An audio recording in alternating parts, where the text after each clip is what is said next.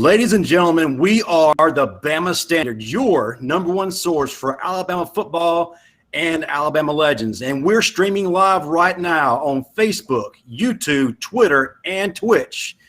I'm your host, over the hill powerlifter and Bama grad, Justin Riley. With me, as always, is a former All-SEC linebacker from Alabama, Marvin Constant. Comedy legend Steve Brown, and senior analyst of Touchdown Alabama Magazine, Stephen M. Smith. What up, fellas? What's going on? What up, man? Hey, you know what? You said senior editor. Does that mean that you are old, or what does that mean? You said senior editor. It doesn't mean I'm old. It means I'm the oldest guy there as far as time spent there. I think it may be old, Steve. All he needs is a cane to go with them glasses to fit his profile. Man, come on, bro, Marvin. I didn't say a word. I didn't say a word. Don't do it, Marvin. Don't do it, Marvin. Don't do it. Hey, Steve, you threw it up. I had to dunk it though. Yeah, you dunked it with two hands. Shout out to our first audience member, Donald Schultz. What's up, brother? Hey, what's up, Donald? How you doing? Hey, to our first and only audience member. I appreciate you, Donald. All right. We've arrived now. That's what I'm talking about. Hey, Stephen M., since you are the senior analyst, does Geritol sponsor your show? Oh, no. Man, come on. You can tell he getting old because he said who? He's like, huh? hey, Steve. After he said who, he did. Yeah. hey, Stephen, hey man, we're glad to have you, man, because for a couple of episodes you were in the dark, but now you exactly looking good, man. You're looking good. Got your Bama flag up. I see that, man. Your Bama flag. I'm happy to be back, man. It was bad a couple shows ago. It was real bad. Yeah, you're the only person. You were the only person in Tuscaloosa with his lights out. I didn't understand that. Was it the storm or was it you? A little bit of both, man. A little bit of both. A little bit of both. Hey, because I called my mom. I'm like, Mom, y'all lights out. Her answer was, no, my lights are on. You know, Stephen M. lying again. You do know that, baby. I'm like, wow. How did you know? Wow. Hey, man. Guys, let's go ahead and jump into one of our great segments. And that's Constant's Chaos, where Marvin gets to speak his mind on any damn thing that's going on in the world and Alabama football. Marvin, what you got for us this week? Today's topic is near and dear to my heart. Here we go. Why you sound like the Godfather right now? I know, man. Hold on, man. Hold on, Marvin. Do you need your box of Puffs Plus? I got you, man. Nah, man. I feel so insulted right now, though. Oh, if you follow me on Instagram or on Facebook, you seen what I posted today. The fact that Tuscaloosa County High School has me on their wall of fame as an all-state player. Don't ever disrespect me and Central High School, as you see here. Central High School. I have never been to no damn Tuscaloosa County High, nor will I ever go to no damn Tuscaloosa County High. Get me off your damn wall of fame. I get it. Y'all short on players, and y'all need to fill up your wall with some decent talent, but get me off your damn wall. I didn't play at your raggedy-ass institution, okay? I played at the mighty C High. Get me off your damn wall. That has got to be the raggediest shit I've ever seen. How do you have a player from your rival school on your wall of fame? I have never seen this. This nigga backslid. This nigga backslid. He didn't backslid. Mom, I thought you would say, what happened? My best friend, he sends me this, and he say, man, did you ever go to county high? But you ain't been to damn county high. Marvin, think about it. You were so good, they wanted to claim you.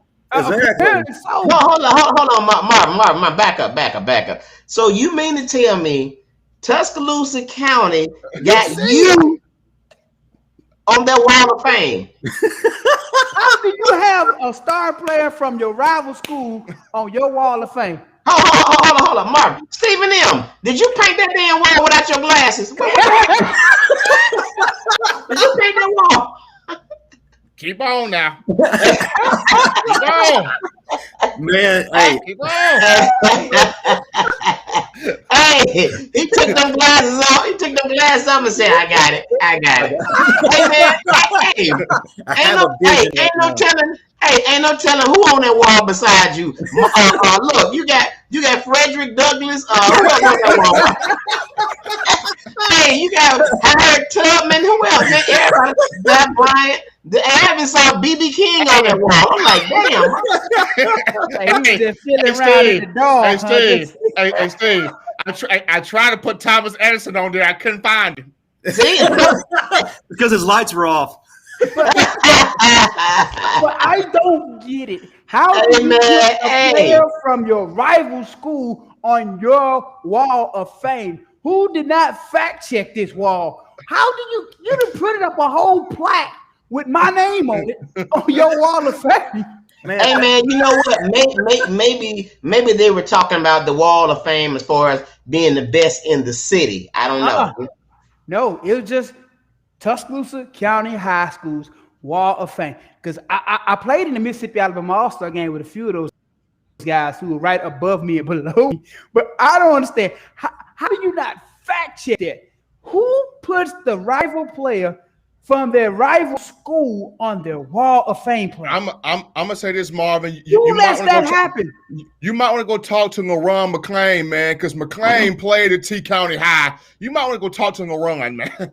No, but what's funny is I get a message from one of their players today. He said, "Oh, I thought you transferred." Hell no! And they, oh man, don't disrespect us like that. Y'all disrespecting me by putting me on y'all ragged ass. Hey man, that is kind of disrespectful. It's like I went to Parkview Learning Center. It was an alternative school. And it's like me being put on the Job Corps wall. You know what I'm saying? It's like, bro, don't do that. Don't do that. Don't do that. Don't do that.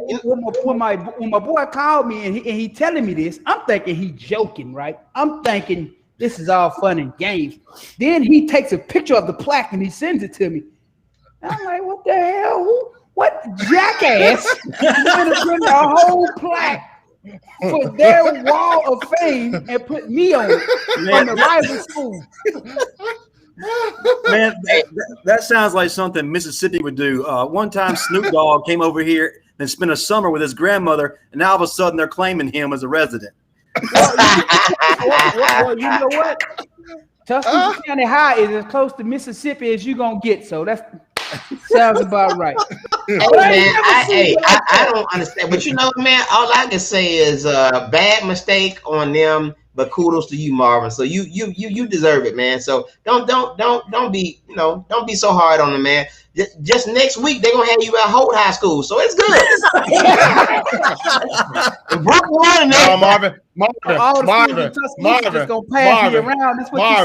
Marvin. No doubt, Marvin. I'm telling you right now. I put money on this. 2 weeks later, Holy Spirit gonna have you on their wall of fame. As an angel. Hey, Marvin gonna have he gonna be the only angel on the plaque with a robe with his ass out. but in all seriousness though, how do you make that mistake though? How? How do you not know? Hey, I don't. Donald Schultz says they got their facts from social media. He might be on to something. Donald, don't do that. No, don't do that. Don't do that. Never in my life would I ever claim Tuscaloosa County High School. Hey man, do you understand the level of work I put in on them? I can understand that I whooped their ass so bad that they want to put me on their wall of fame. Wait a minute. I think you're on to something. I think that they were listening to players who had the most success against their school on the wall. Well, if that's the case, that could be something too. If that's the case, they're missing a whole lot. If that's the case, they're missing a whole lot of central players off that list. So the fact that I'm the only one that I can see on there, clearly some jackass. I'm saying, but Marvin, of all the central players, they just saw you as the most dominant. They like, man, God, dog, this Marvin. Wait, Marvin. Do they? Is it a painting? Are you on a painting or is it on a plaque? What is it?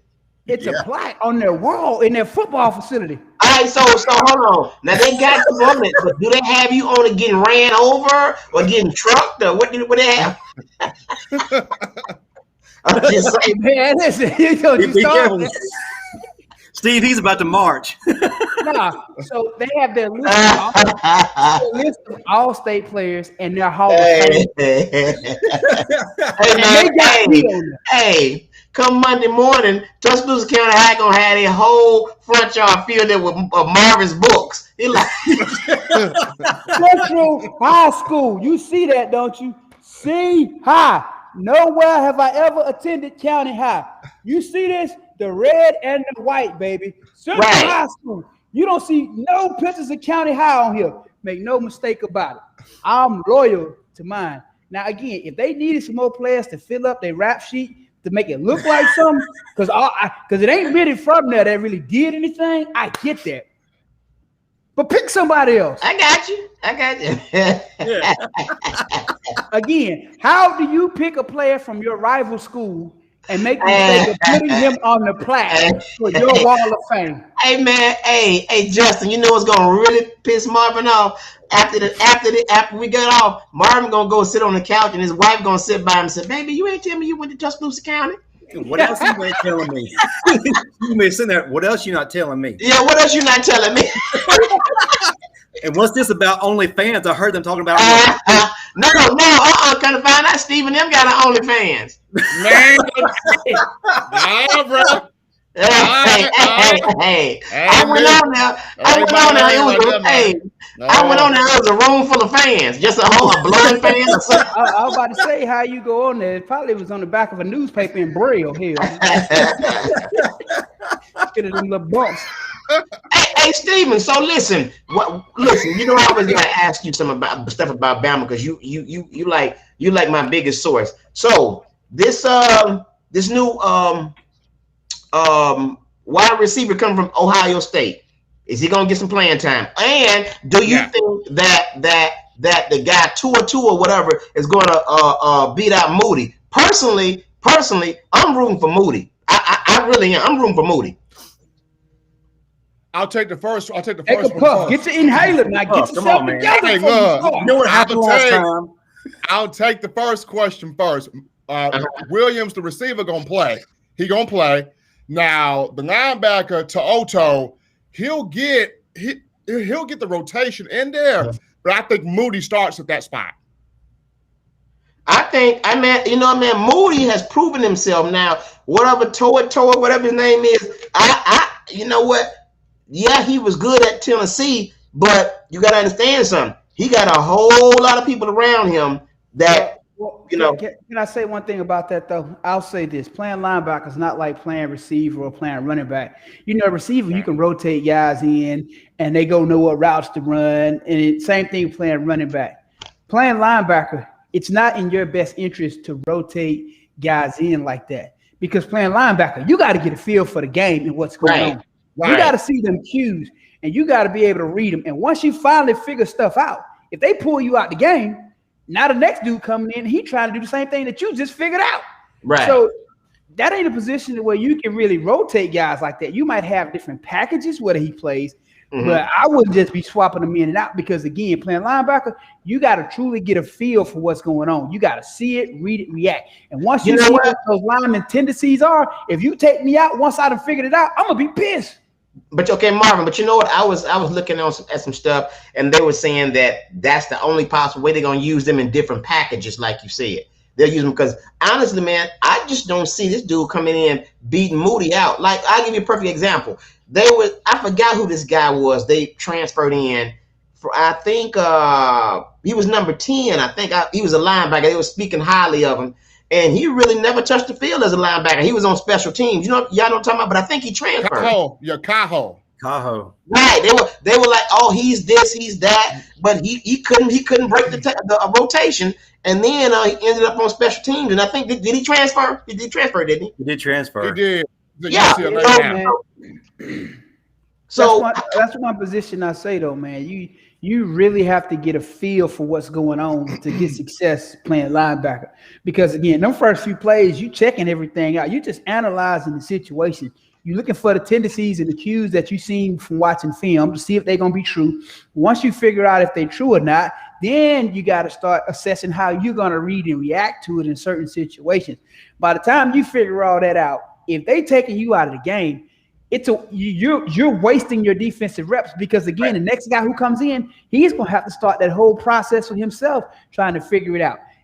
Again, because a wide receiver, he knows what route he's going to run. Running back knows where the ball's going to go. Offensive linemen know who they're going to block. On defense, on linebacker, you got to read and react.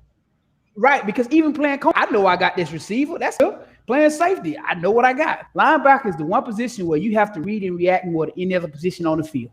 And you got to change coverages.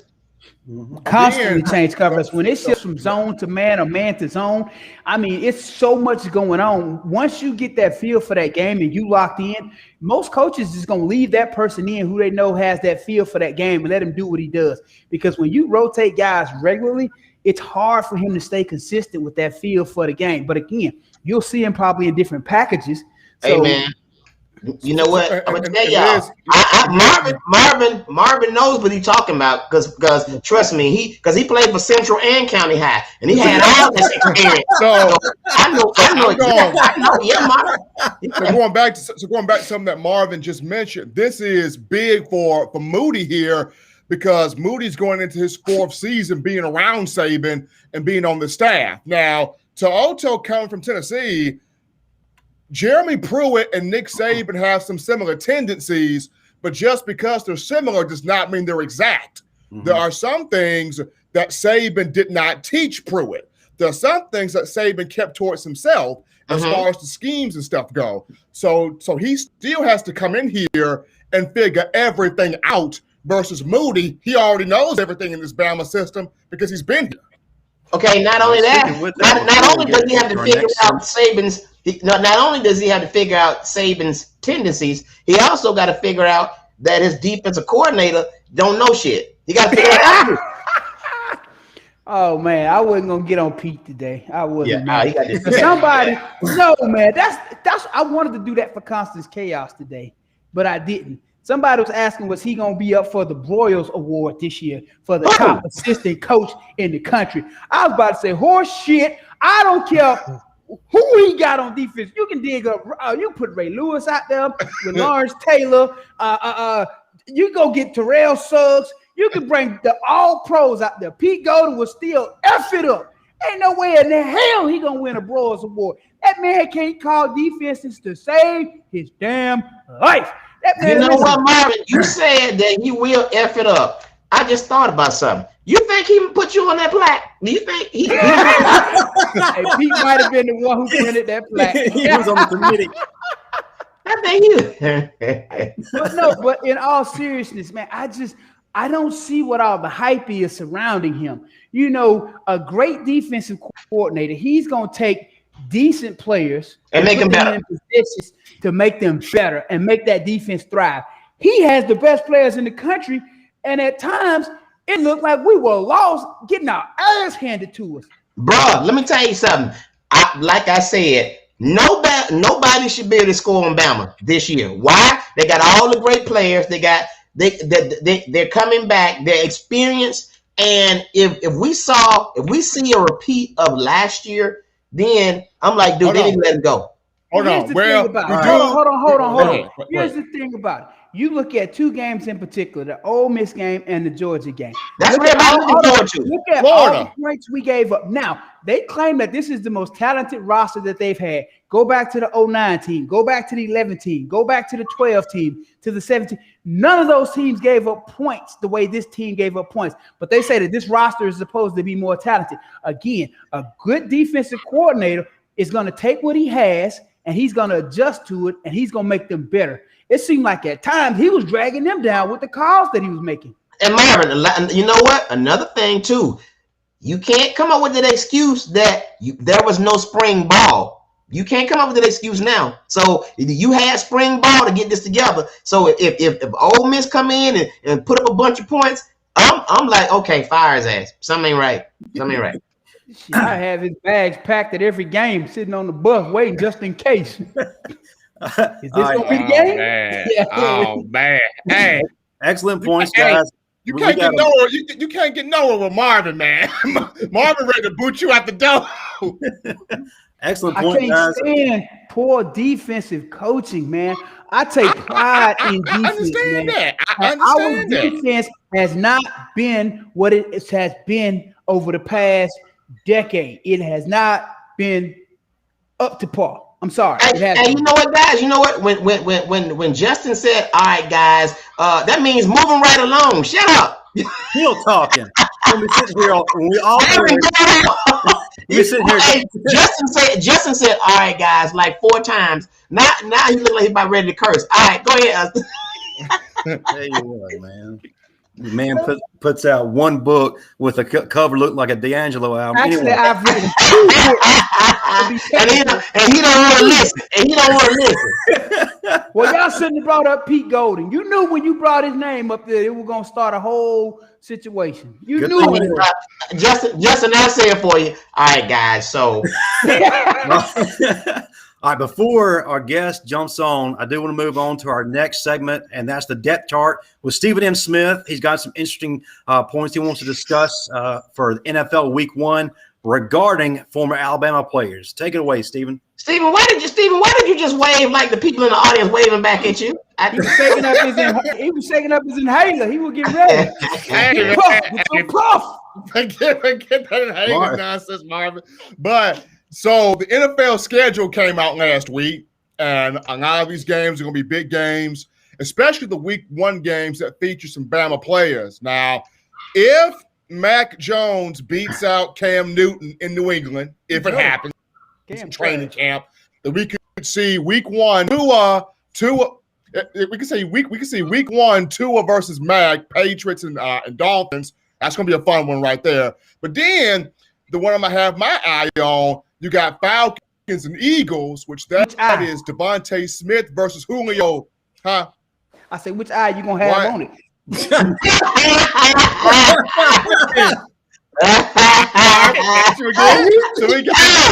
didn't even miss that one. No, you got Marvin. Which set? All right, we're gonna have Julio and Calvin versus Devontae Smith for the Eagles and Falcons, and then probably my favorite one is gonna be the Ravens versus Raiders match. Marlon Humphrey versus Henry Ruggs III. You also got Kenyon Drake and Josh Jacobs out there also. So that Week 1 gonna be some good games. Hey man, it seems like to me in the NFL, Bama gonna be playing every week. Let's just put it like that. Everybody, for real. Yeah. If we're gonna be honest, yeah. Bama playing Bama every week. So let's just I would love to see that matchup between Tua. Correct me if I'm wrong, Marvin. Is there only one team in the league that doesn't have at least one Bama player? Is it one team? What team is that here? Cincinnati. That's why they're losing. No, they got Jonah Williams. No, I thought Cincinnati had Drake Kirkpatrick. Or did he get traded? He went to Arizona too. Last year before. Oh, see, that's not. Yeah. He went to Arizona, and now Dre is visiting. So, okay, cool. I think the only team that does have a Bama player, let me see, because there's only one of them that don't have one. Is it Seattle? No, Seattle Reed. Yeah. It is Seattle. It is Seattle. Seattle's the only one. I think the only team that doesn't have a Bama player is one of them USFL teams when they had Herschel Walker. Y'all better be careful. They're going to end up on the Tuscaloosa County High School Wall of Fame.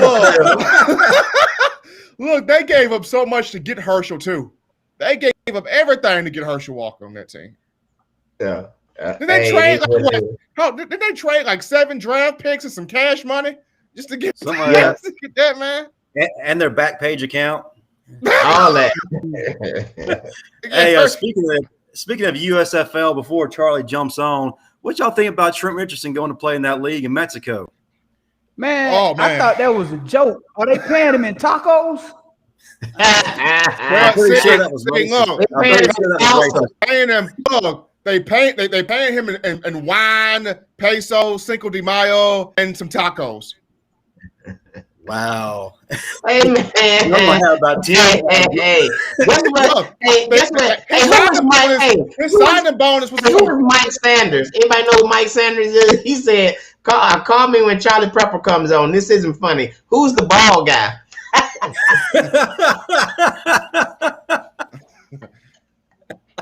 Man, usually he dogs on Marvin, but now he's going after you, Steve. Hey man, it's okay, man. Hey, it's okay. Charlie's coming on soon. So Trent. So that is. I thought that was a joke, like Marvin said. Trent he is playing. He is playing. It is for real. 1 year deal, sign year deal. He's playing. Mm-hmm. So Trent, you know what? Trent is the pinnacle of perseverance. He just won't give up. He's still trying to do it. Absolutely, man. Goes to show you that Alabama is a global force. Yeah, because he's playing in Mexico. I think. Yeah. Mm-hmm.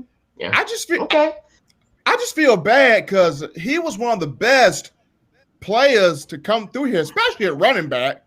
I mean, that was his position, running back. You said, especially. Yeah. Listen, I you know what? I thought something was wrong, and I was watching that on YouTube the other night, about 2 weeks ago, when they had a hole. He was playing for the Raiders, and they opened up this big ass hole, like you could drive a truck through it. And he ran into. I was like, something ain't right. Did you see that play, Marvin? Yes. I didn't see that one, but I seen a few of them when he was actually with the Colts and he did that. And I was like, how do you hit a hole in college, but you struggle to hit it in the NFL? I couldn't understand. Like the read is the read. The read has been the same since you were in Little League. The read never changes. So somebody say paying him in crypto tacos. That's awful. Man, we're gonna have so many letters from so many activist groups tonight. Yeah, I know. Hey, all of us are racist. That's awful. All right, guys. Well, the moment. Hey, man. Hey, I just thought about something. I can see Stephen H. with a white hood on, a KKK hood on, but you'll know it's him because the hood got glasses. Oh man. Charlie. All right, guys. The moment has arrived. Our guest is here. Marvin, go ahead and give him an introduction. Man, I can't introduce this man properly. There's not enough words to describe the greatness that comes along with this man. You know what I'm talking about? Hey, the one and only Alabama legend, Green Bay's finest. I don't know how you survived in that cold, though, man. I went up there to visit one of my homeboys one time. I would have never stepped off the bus to the game up there. Charlie Peprah! What's going on, brother? Fellas, I appreciate you having me, man. It's an honor. Hey, man. Hey, Charlie, man. Hey, they were just bragging on you, man. We was having an argument. They were like, man, Charlie was like probably one of the only Bama players that gave up the most touchdowns. But look, I didn't think that. You know, they say I'm a nice guy, so hey, you know. Hey, man, is that a beard? Is that a beard? No, I wish it could, man. This is a goatee that took me 38 years to get this thing to connect, man. That's all I got. Hey, Pep. Before he got on. Hey, Pep, you about like me, man. You about like me. Yeah. No, he's not. No, he's not. No, he's not like you, see. He don't have on glasses. He's not like you. Yeah, with the strength of an IMAX screen. Yeah, y'all gonna leave Steve alone. Yeah, what's good, man? How's life treating you? You still in Texas? Yeah, man, life is great, man. So I appreciate you working with me. Yeah, so I'm out in the country, man. That's why it's been a struggle to link up with you guys. I'm out in East Texas. I'm about an hour and a half east of Dallas. Oh, you not in Plano no more? No, man, I'm out in the boonies. Me and the wife got like 30 acres. We got 6 horses. We got dogs. We out there living the life. But with that comes trash internet service. So I gotta drive about 45 minutes to post up somewhere where I can be sure I can do this thing. So I came to a little restaurant I know that I do a lot of my interviews out of. I had some hiccups getting here, but I'm here. But Charlie, hey man, Charlie, listen. You almost got me when you said you and the wife, we out in the boonies, we got like 30, and then you said and when you said 30, I was like, I know he ain't got no damn 30 kids. I know you out there. Oh, heck no. Yeah, I got one. Okay, okay, we good. I got one and one on the way. How is my connection, by the way? Is it straight? It's great. It's great. Yeah, good. Okay, as long as you don't cut off like Stephen M, we good. Okay. Hey, but Pep, I gotta say it, man. I never pictured you for the farmer type, though, man. Yo, me neither. I grew up in the city, bro. I was a suburbs kid. I was a city boy. But now I'm wondering what you growing out there, man. We just like me in the back of my mama house. We. Hey, Marvin. This comment is kind of directed towards what happened to you earlier. Hey, Charlie, how many high schools claim you? high schools. Just shoot. One major high school, but really the way we do it is so crazy out here in Plano. We got junior high and we got senior high school. So really two can claim me. But well, see, they cracking jokes because our rival high school, Tuscaloosa County High School, has me on their wall of fame, on their plaque for all state players. I ain't never even been inside y'all school. So why y'all got me on y'all plaque, on y'all wall of fame? How did that happen? Exactly. Where'd you go? Central? You damn right I went to Central. Yeah. Don't get it wrong. Okay. He'll go nuts again.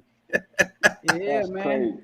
So I gotta ask though, man, how did you end up farming? You gotta tell me this story. Cause Smoke ain't tell me this. Okay, so first of all, I'm not farming. I got a ranch. We got a ranch, so that's different. So my wife, she barrel races horses. If you don't know what that is, you can Google it. Oh, I know. Okay, yeah. So she runs barrels, and she got me into the country life, and man, I love it. It's I get anxiety now when I go back to the city. Like I'm full blown now. I love it. I mean, shoot, I can just walk out my front door naked, get the mail if I want to. Hey, you know, TMI. it's great. Marvin does that. TMI. See? Marvin does that. You know, so I love it. I never would have thought though, bro. I'm like you, I never would have thought, but now I can't go back. So I'm with you. My wife got me out here in the boonies, in the burbs, man. But it take me about a good 35, 40 minutes to get to the city. But I love it out here though, man. Hey, Pep, are y'all training race horses? Y'all training some racing horses out there? No. She just barrels. It's a pattern. She runs around 3 barrels and for time, and that's it. That's all her. I mean, I'll get on and do like some trail riding and stuff, some easy stuff, but that's all her, man.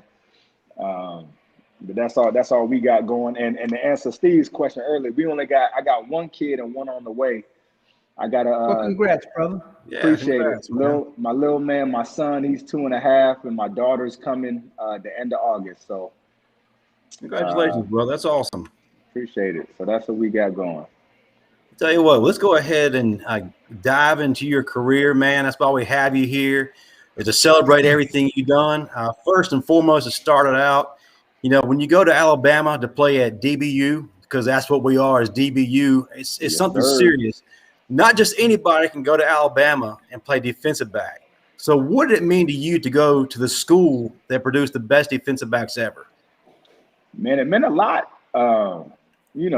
When I was coming up, Fernando Bryant was coming out. He had just left, and he was the big name. I was looking up to, and Milo Lewis was there. Tony Dixon. I mean, a bunch of DBs. Just playing in the SEC was kind of how things got started for me, like looking towards Alabama. I was looking at Mississippi State, Alabama coming out, Arkansas. And when Coach Franchione went over there, Dubose he didn't recruit me. I guess he got fired before that happened. But Franchione was out there, and he brought me in, and I came on a visit, and I was telling him, I had Arkansas left to go visit. He was like, I'll take you there. He said, I'll take you to Fayetteville. And so I was like, man, sounds good. So he had me sold, and just seeing the whole rich history and tradition of Alabama, especially from the DB standpoint, but just all the All-Americans and national champions. It was a no-brainer to go there. and just looking forward to the challenge to try to step in the shoes of, you know, Langham and all those, some of those other guys that have been there and seeing what I could do. So. All right, I got a question for you, though. I've always wanted to know this. You leave Alabama, you go to Green Bay. What goes through your mind when you find out you've been drafted to go to Green Bay and you got to go to this cold, dreary town? Because I've been pissed. So funny story is everybody was always coming out of high school. Everybody was always putting on me, you gonna go somewhere cold to play. I don't know why. You gonna go play somewhere cold, this and that. Because I'm from Africa. You know, my folks are from Ghana. I grew up in Texas, and so they always was like, "Oh, you gonna end up somewhere cold? Watch." And I was like, "Nah, man, don't put that on me." And funny as it went, I got drafted by the Giants originally in the 5th round, and got cut by them coming out, and then Green Bay claimed me. So I went from one cold spot to another. Couldn't even get rescued. Come to find out, I think the Bears were going to draft me if the Giants didn't. So I would end up somewhere cold regardless. But you know, when I figured that out, I was just, my head dropped. I was like, I don't know how I'm gonna do this. 60 degrees is cold to me. But I mean, once you get there, it's easy, man. Playing in it is easy. Living in it, that's where you struggle. Playing in it took care of itself. Living in it, that's the hard part. Only good thing I seen while I was up there was Brett Favre Steakhouse. Outside of that, I was like, get me out of here. I gotta go. That's what I'm saying. If you're not playing, it's a struggle. If you just sitting there living, it's a struggle. The sun the entire time I was there. Oh no. The winters are long, brutal. The only saving grace was when that deep freeze came in February, we was out of there. But man, now I'll tell you this. Now, spring and summer was some of the most beautiful time you could ever get anywhere, but it only lasted like 3 weeks, and then that fall hits, you know, then that fall comes, and then it's all downhill. Speaking of Green Bay, man, what was it about your second stint with that team that really allowed you to come into your own and just start to really dominate? I think just being older, you know, experience how the league goes. Sometimes it can take a couple of years to just kind of get your feet under you and obviously have an opportunity. I had some great players in front of me for a while, and you know, and I was able to step in when Nick Collins got hurt, Morgan Burnett got hurt, and I was able to step in and do what I did in 2010, and then 2011 Nick Collins got hurt, but for me it was just experience, just having a couple of years under my belt in the league, being comfortable, getting acclimated, being comfortable in the defense and the scheme, and then being able to put my own little spin on it and play how I play, and go from there. Man, so Pep, what type of experience, Pep, would you give to somebody like Patrick Surtain, who is in the league now, just got drafted by Denver? Man, first things first, go find you a successful, proven vet and go pick his brain. The best advice I can give to any young player is to become a professional, quote unquote, pro as soon as possible. And that means, you know, you're not going to school anymore. You don't have study hall. You don't have class tutors. So everything is directed towards your craft, or it should be. You're going to have more free time than you're used to and more money than you ever had. And it can go one of two ways. You can use that to your advantage, or it can be to your detriment. So I would tell these guys, like, man, there's no limit to the resources you can take advantage of in perfecting your craft. So do that. Like, don't just go to practice, go to meetings, and then go home and start gaming and do that. Like, nah, man, go get with a vet, learn how to watch film. Charles Woodson taught me how to watch film. And I guess that goes back to answer your other question. That really took me to another level, learning from him as well. But learn from these vets, bro. You know, these guys have been playing for, 5, 6, 7+ years. They've been successful. Every year, new guys are coming in. Learn how to make it. Learn how to stay. Learn how to become a great player. They use some draft capital on you early in the first round.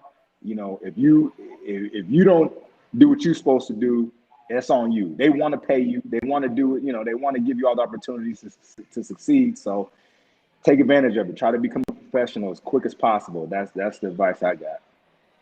Now, I need a good story from you about Brett Favre or Aaron Rodgers, because every pro has a story when they deal with quarterbacks of that caliber. Oh, I got one, Brett. I got one of Brett Favre, man. First off, he's one of the best, greatest teammates I've ever played with. He's one of the greatest guys. Humble guy, country boy from Mississippi, as everybody knows. But I mean, what you see is what you get with Brett, and that's real talk.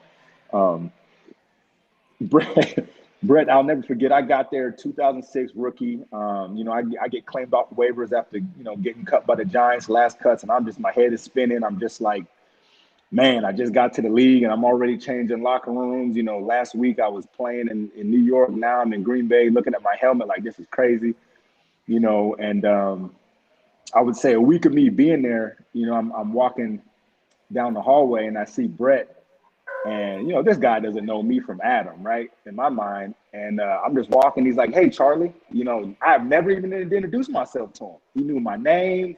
And I thought that was special that he took the time to learn who I was coming in. But that's just a little side note, but that's not even the story. But here's the real story though. So we're in the hot tub after practice, right? And everybody's in there just janking, just having a good time, laughing. And this fool, Brett, the way the hot tub is set up, the wet room, you got the cold tub and the hot tub in there. And there's a big, long rectangle window that goes into the hallway. And so you're just watching players walk up and down the hallway.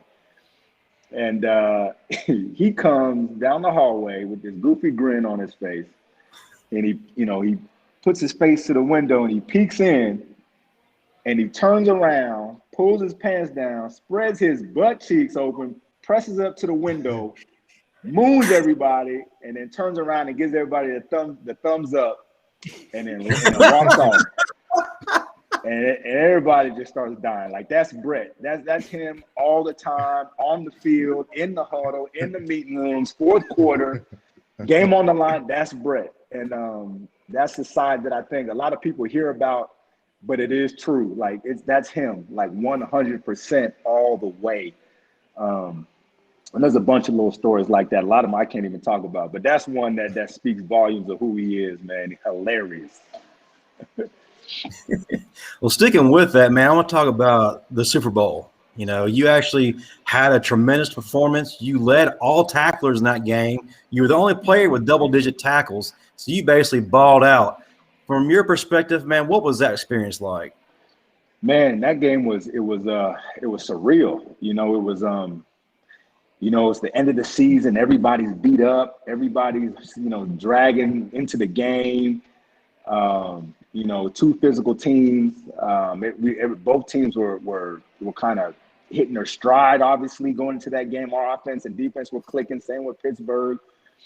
And they were just a battle, and it came down to the last drive of the game. And so to lead the game in tackles was special, not only, to play in it, but also to contribute. I thought, that was special to me. But, I mean, playing against Ben Roethlisberger, you've never seen anybody as big with an arm like that.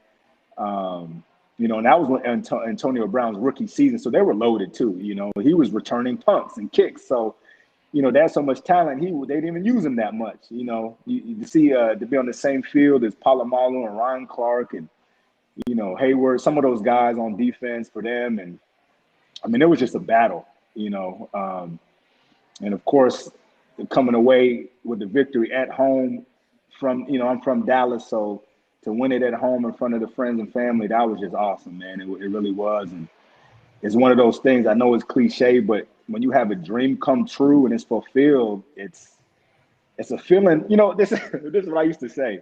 I said, the feeling of winning the Super Bowl is like the feeling of planning for something your whole life and accomplishing it is almost like the end of the movies, some action scenes where you got this crazy rescue plan that you have no idea how it's going to work, but it ends up working out.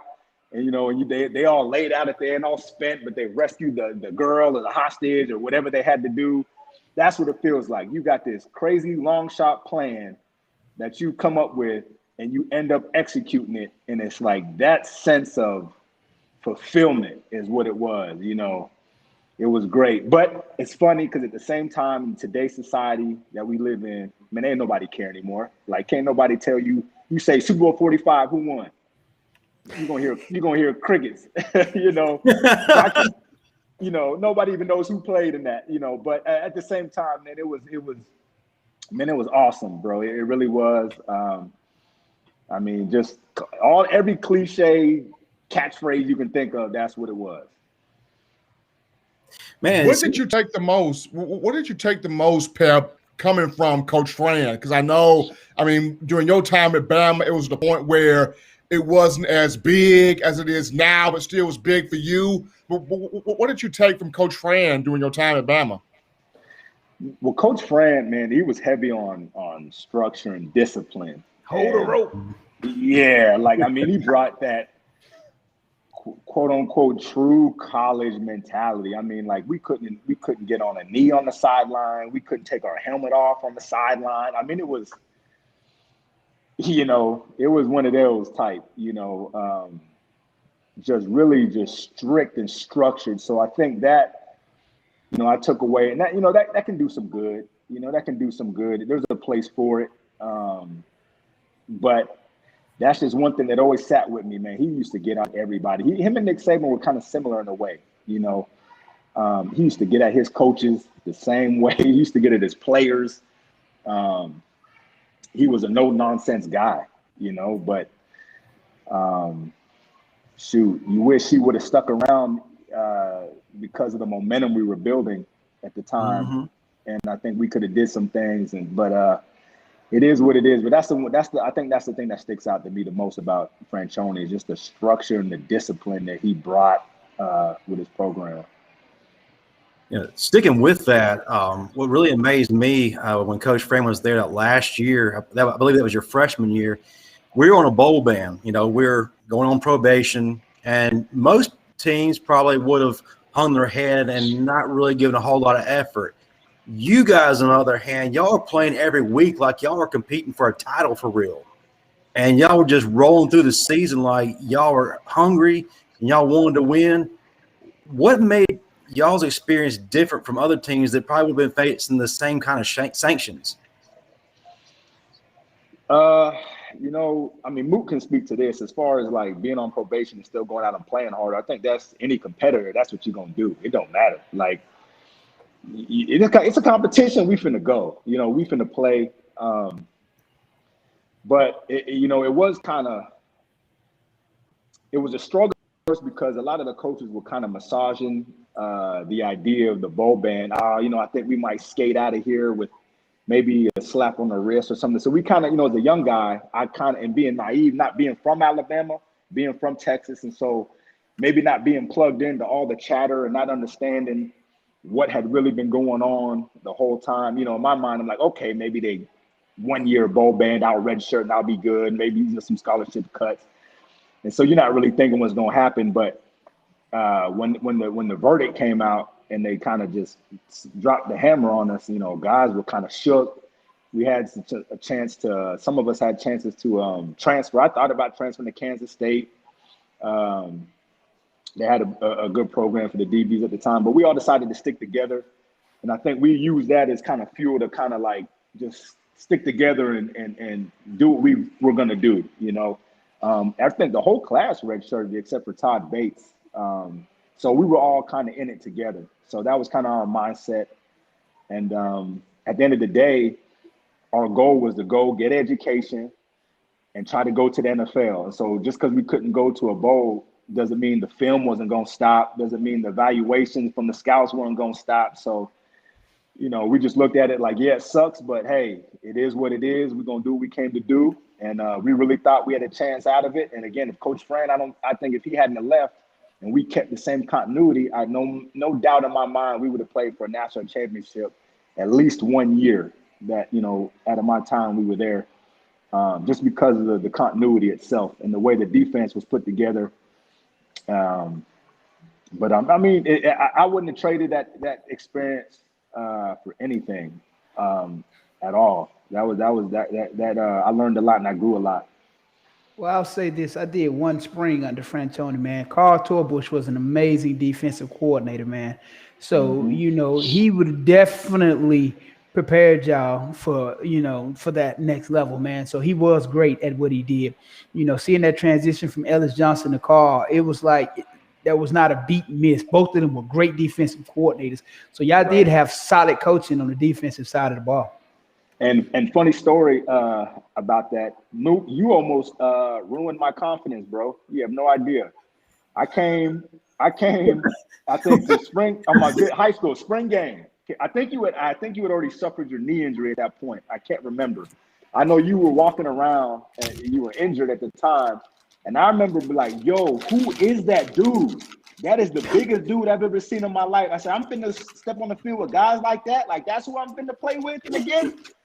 And like, yeah, and then I seen Bear, and I was like, oh my God.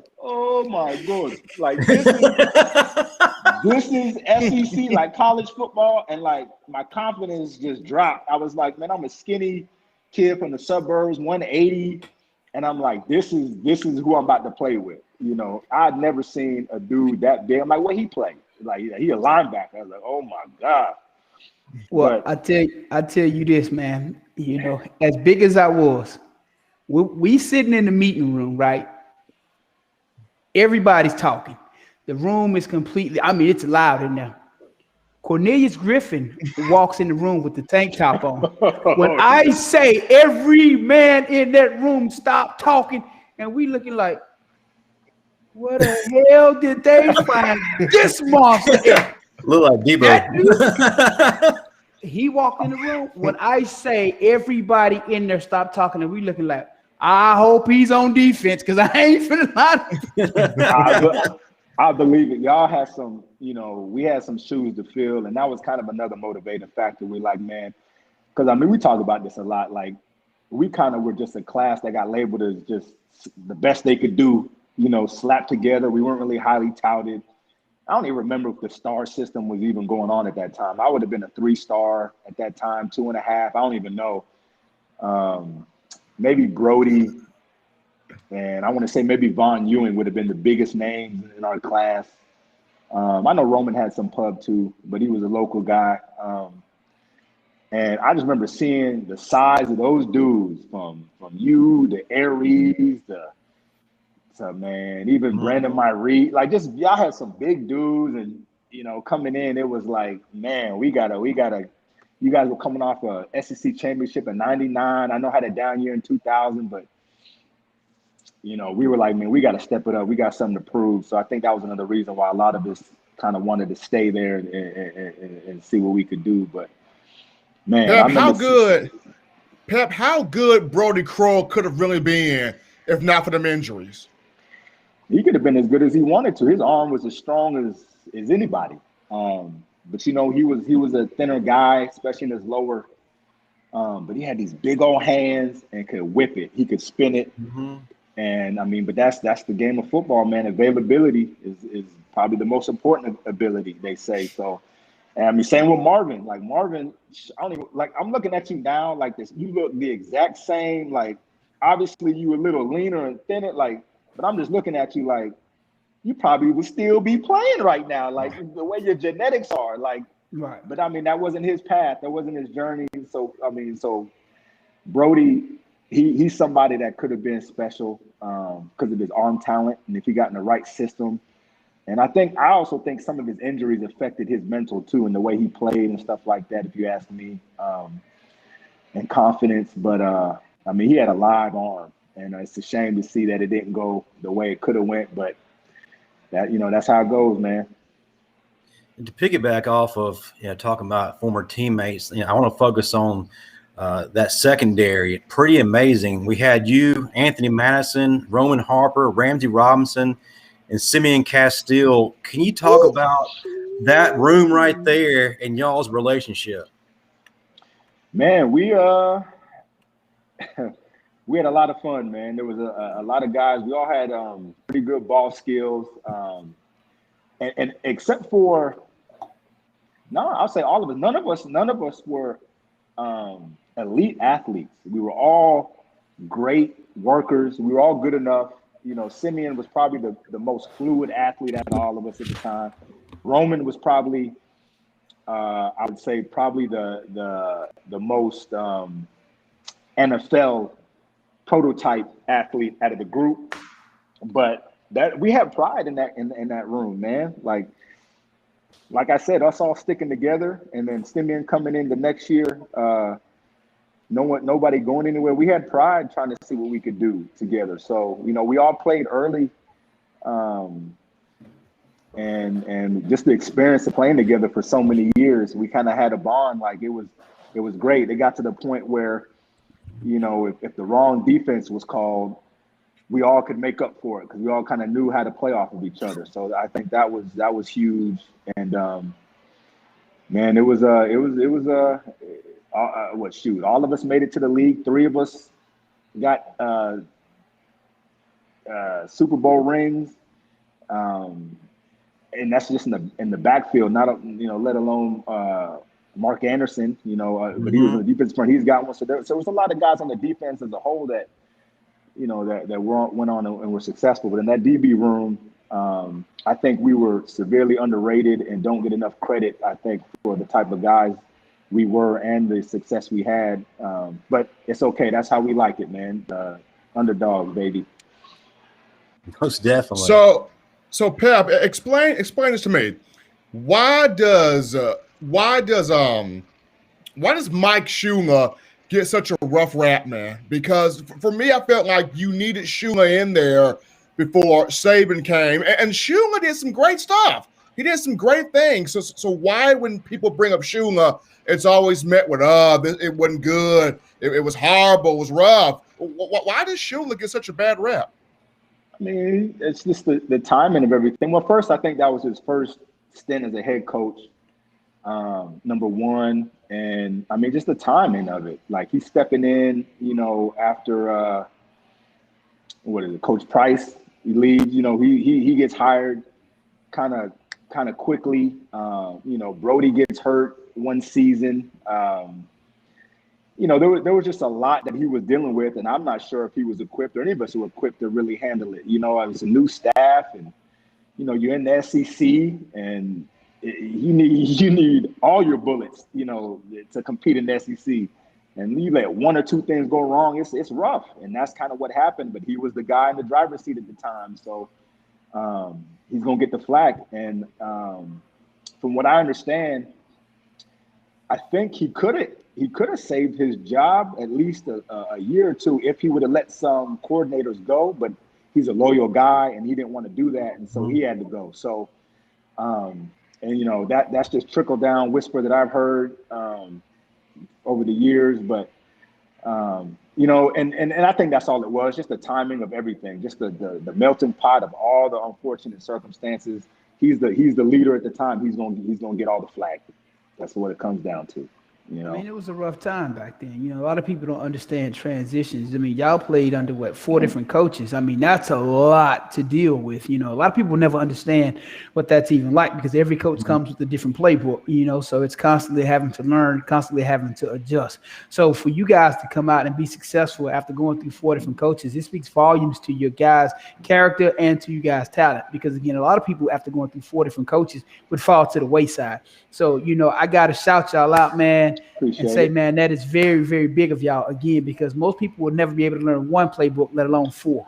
Right. And that continuity is huge, and then the scholarship cuts people forget about. We our senior year, we get up to 3rd in the country. We have a couple of injuries, and no disrespect to these guys, they were great guys, but you got 3 or 4 walk-ons starting, and it's hard to beat the LSUs and Alabamas down the stretch. I think Brody got sacked 11 times, I think, after our tackle and center got hurt. Yeah. And we lose to LSU. It's hard to compete. You can only outcoach talent for so long. Right. Man, I'm still crying from that 16-13 loss to LSU in 05. Jamarcus Russell, I still hate you, bro. Overtime. Me too. Hey, man, that's a key component that people really forget about when they're talking about those years. There were so many key injuries, I mean, anytime Prothrow got hurt, man. Oh yeah. Brody got hurt. Matter of fact, we were down to our third string quarterback with Spencer Pennington. I mean, it's hard to win when you have all those injuries. Like you said, we're down to walk-ons and guys who weren't heavily recruited, but people tend to forget that. And like you said, Stephen M., they put this negative stigma attached to Coach Schiller. He really had to deal with a lot. And being a first-time coach, that's a tall order to take on. Yeah, it is. I mean, but life ain't fair, and this is what it is. Cats don't want to hear excuses. And and it doesn't help when you got somebody like Saban coming in and he's losing coaches left and right and not missing a beat. Granted, he's getting in different top-tier talent, all across the board. But, he comes in and does a job like that. He's gonna make it hard on people that don't measure up. It's gonna make it even that much tougher to fit the bill. So, but I'm with you, man. I know, but hey, it is what it is. Yeah.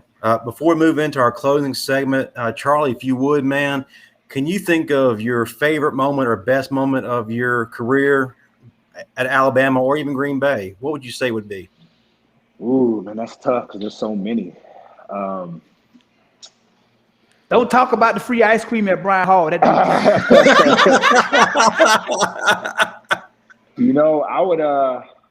I'd have to say just my freshman year with the guys, just meeting everybody, with my classmates at Alabama, doing at the time what would they call it? Hell Night, whatever. Oh no, we ain't. Oh no, trust me, ain't going no. It was all kosher, But just the bonding.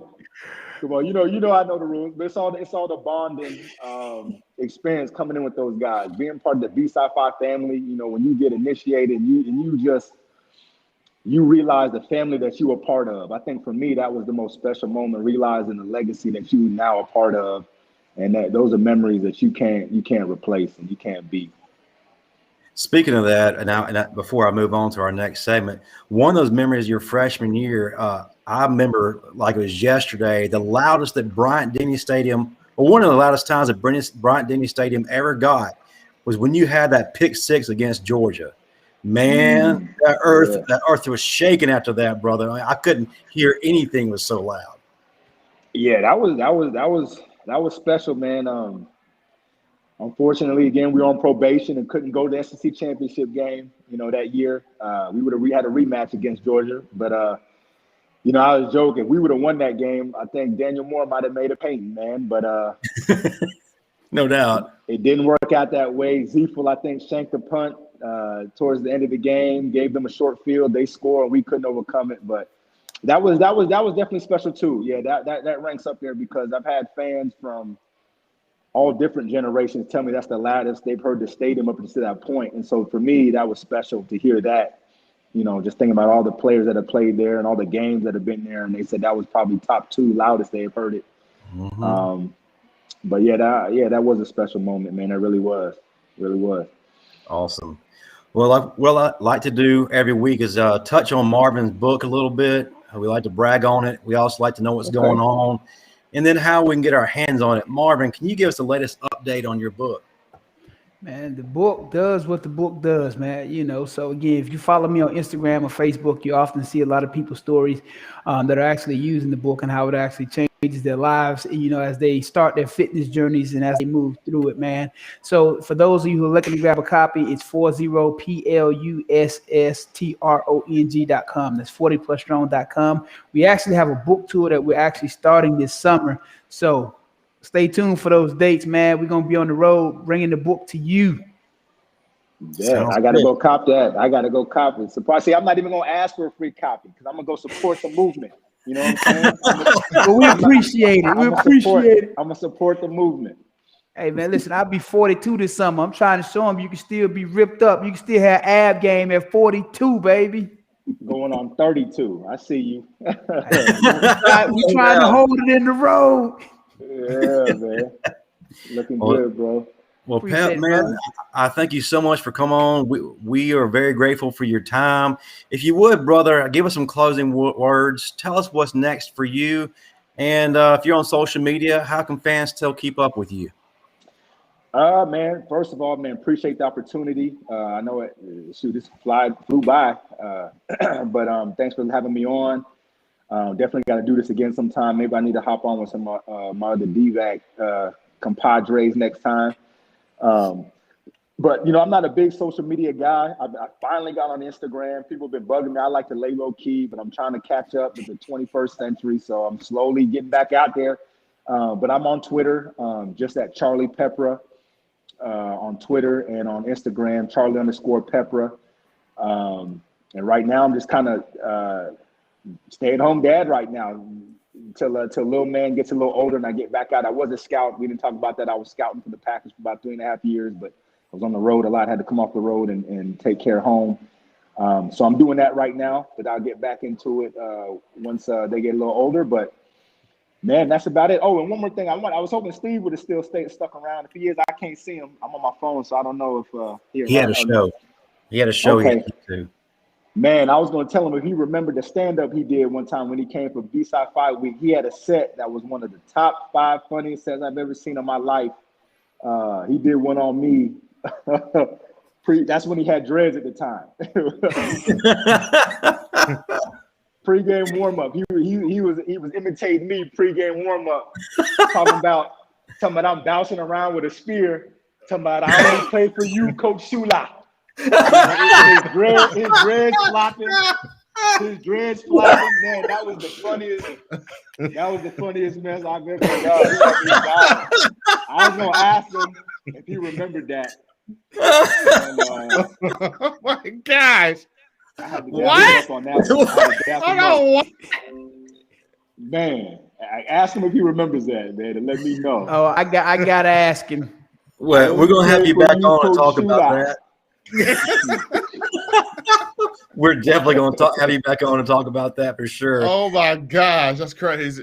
One last thing, Donald Schultz from the audience, Charlie Peprah, thank you for staying at Alabama. Much appreciated by this fan. Roll Tide. Man, roll Tide, baby. But yeah, a great show, guys. Had a lot of fun. Thank you again, Charlie, for coming on, man. It was a great time. Thank you, brother. Till next time. Thanks, guys. Roll Tide, guys. Roll Tide.